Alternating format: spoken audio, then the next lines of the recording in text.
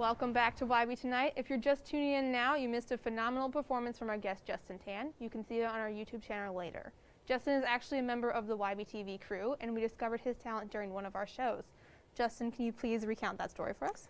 So it was during Coffee House, and it was a few weeks ago, I believe, and I was seen performing, and so the producers asked me to come and perform here. Wonderful, and you did an amazing job. If you guys haven't seen you. it, definitely check it out. All right, now Justin, we heard that you recently went on a trip to Poland during Yes. fall break. Why was that? Right, so I went to Poland because, first, to give some context, I'm part of a team called Beatbox International, and we are like a community-based, we started off as a YouTube channel, so we have a team running that. And so this organizer of this is the biggest beatbox event in the world, called Grand Beatbox Battle. The organizers, called Swiss Beatbox, they had a vlog competition. Basically, you send in your previous work to them, and if you won, they would fly you over to Poland and let you stay in the hotel so that you can film some behind the scenes for them. And so my team and I were joking about it, like, hey, let's just try it. And lo and behold, we won it, and we met up in Poland. Wow. So how many members are on your team? So there are 3 of us. One couldn't come, so we got someone else, and yeah, so 3 of us came. I'm originally from Malaysia, and my friend, his stage name is Teapot. He's from the UK, and so this was our first time meeting in person after working together for 6 years. Wow. Yeah. Very Pretty long amazing. distance relationships there. Yeah. Okay. Wow. Okay. So beatboxing, the way you do takes a lot of talent. Like, how did you first start practicing and memorizing all those different noises and sounds? Right. So I think the word in the question, practicing, right? I wouldn't say it's talent per se. It's more like, you know how people sing, you practice it, and then the more you practice, the better you get at it. Same way, some people pick it up faster than the others. But to the question, how do I practice it? Well, it's mostly just repetition. So when you like something, you will, when you're really in, like when you find something so interesting and so intriguing, you'll be like, oh, I want to learn this, and you just practice it and practice it and practice it. So, for example, if I find like this sound, like it's a throat whistle. You can't see it because I'm wearing a mask, but I found it really cool that I could do it from my throat, and so I just practiced it for like 2 weeks. I'd have my mouth hanging open in school, back in high school, and just doing it. So from a distance, you'd be like, why is this guy having his jaw open like that? But yeah, so I'll just practice it, and basically the more you do it, the better you get at it.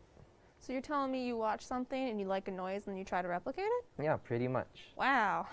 Okay, I'm going to say that that's talent per se. All right. So outside of the stage performance, you'd be per se called by your friends timid. Whenever you get on stage events like Coffee House that you do on campus, how do you like be able to build up all that confidence to do that and to show off? And you do show off. Well, I wouldn't say it's a timid nature.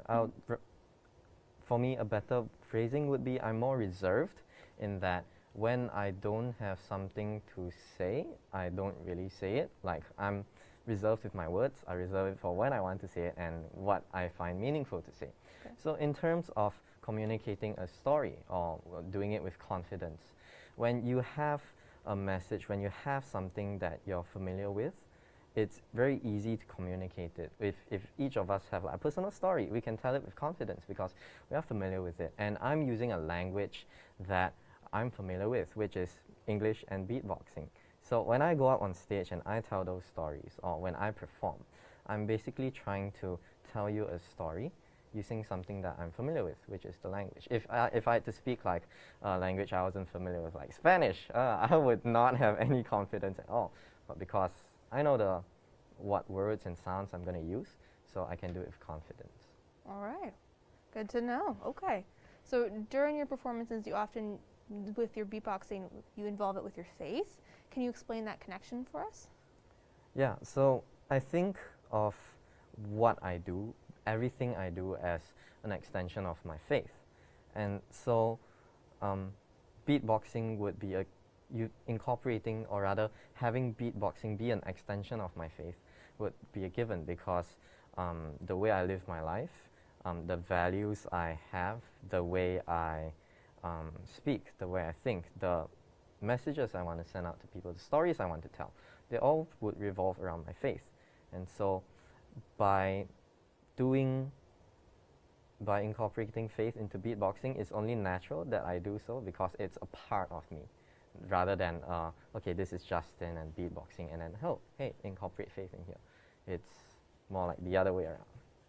Wow, okay. Well, so thank you again so much for coming in for us as a special guest. Justin, are you performing the next coffee house? Well, that will be for you to find out. I don't know, but we shall see. Okay, so you are auditioning though, right? Perhaps. Oh. We shall Oh, see. okay. We shall see.